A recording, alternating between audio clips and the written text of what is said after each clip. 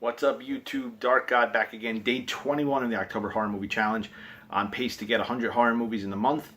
Some I've done a couple years already, obviously. Just plugging along here. After yesterday seeing Halloween, it's going to be a little rough having anything compared to that. I loved it. I actually want to go see it again. I'll probably wait to after the challenge to go see it again. But just a good movie and everything. So enough with that, though. Getting into today's movies, I watched 3 films today. Caught Prison. I recorded off TV, watch it. Now, Prison's a movie I remember from renting at a VHS store back in the day. And Viggo Mortensen, before he was ever famous or anything. And when I first saw it, I had no idea who Viggo Mortensen was. I remember when I was a little kid not really caring for it.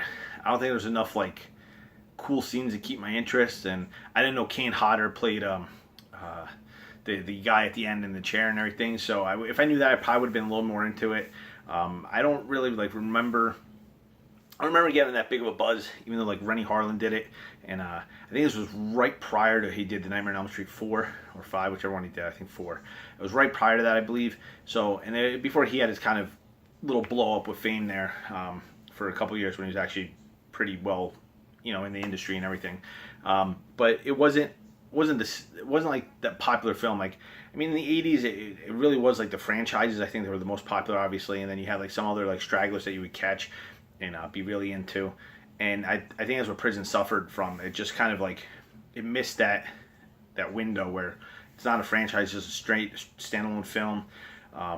Now seeing it, so many years later, and I saw it a couple years ago also, but just seeing it again, watching it in HD and everything, you really do appreciate it better, more, because you see that there's more of a story there. It just wasn't just your typical 80s cash in for a horror film. They tried very well to have a whole story there. It's a little obvious story. It's a story that feels like it's been done before, but it does work. There are actually some cool gore scenes, like the scene with the barbed wire wrapping around the one guy and everything. Really, really well done. Special effects are top notch in this film. So it definitely is. It's an under the radar horror film. I believe it's in the Fangoria's 101 horror films you've never seen before. I'm pretty sure it's in there. If you could catch it, it's definitely worth a watch. And everything. It's different than what you would. It's not different in the sense that it's a straight 80s horror film.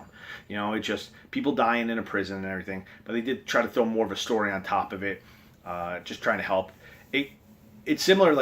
I think it's a beefed up Shocker from Wes Craven. I believe it's a beefed up version of that, where you don't have a character the guy from Shocker. Can't think of his head off the top of my head. I don't know why. It's one of my favorite movies, but it's not you don't have this guy that's the killer. It's a force.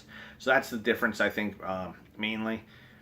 All in all, it's a 6 out of 10 for me. I liked it. I liked it a lot more so than when I was a kid. I remember us joking around when we rented it. It was one of those 99-cent rentals. We would joke around and rent it because we just thought it was a goofy ass movie. We'd laugh at it and everything. So it was something definitely a little bit different. Second movie was another 80s film, but one of the biggest 80s horror films imaginable, and it was the DVD Talk Pick of the Day, and it's my second favorite 80s vampire movie. It's The Lost Boys. First happens to be Near Dark. But Lost Boys is just one of the biggest cult, just this film that just pop culture. It started, small, word of mouth. It built up, and it's now one of the biggest, without a doubt, one of the biggest horror films of the 80s. Every teenager has seen this movie. Every teenager has probably seen this movie multiple times, and it's such a, to me, it's such a good film because it shows the story of the vampires, but at the same time it's showing all these little underlying stories. Then moving to this new town, the mom dealing with the divorce and everything, and it all factors in. It reminds me of Ginger Snaps came much later, but it reminds me of Ginger Snaps, where Ginger Snaps is dealing with these girls becoming women and everything, and it's this is all happening at that same exact time. And this did it 15 years prior, and it just works out so much better where they're moving this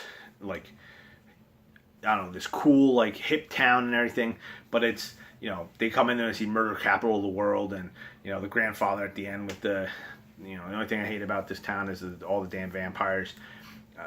I mean, everything about it, like you had to have seen this movie, even if you're not a horror fan. You know, Lost Boys is just one of those films you just have to see, especially if you're a kid of the '80s and '90s. I mean, the score is amazing. You know, it just, everything about it is just awesome. The special effects are so well done. Now, I mean, there's later on you hear that there might be some like underlying stuff there with like people that worked on the film with Corey Haim, and I mean, it's a fucking tragedy, but it just, I mean, you don't know if it's true or not. If it is, I mean, it's fucking horrible, but it's something that, you know, it's something that darkens the film. Like, it makes you look at it a little differently, but it's still just a staple of the 80s and a classic and everything. And I think you have to peel it away from all that other stuff and just look at it as the movie and the people in it. And just everybody, I mean, Kiefer Sutherland is just downright one of the best bad vampires in film history for me, like after like seeing it the first time. I mean, he just encapsulates it so well. Just that punk vibe, the loner, well, not really loner, he's got his friends with him, but just like that cult leader personality type. And I just think it works really well. For me, Lost Boys is a 7 out of 10. Final film I watched of the day, a little bit of a letdown. It's something I've seen on Netflix past couple of years. I just always kept skipping over, and finally I was like, you know, I'm going to watch that. That's The Haunting of Molly Hartley. And I don't think it was as much of a letdown at the end of the film, but like halfway through the film, I was bored. You know, it just, there's just not enough going on to keep you interested. But then once it picks up, it really like ramps up the tension and horror and everything. And like the last like half an hour of the film is really done well. It's this movie about this girl whose mother tried to kill her and everything when she was younger, and just her dealing with this now, and you know, her mother's locked away in an insane asylum, and just her in the school and everything, and it just, I don't know, it's just very boring. It's more of like a teen angst type movie for the first hour, you know, hour and 10 minutes. The last 20-30 minutes it picks up until where it's a decent horror film. And it has like, I mean, it casts like, I think 2 or 3 people from the old 90210 show, not like the original, but the remake that came out in the mid 2000s.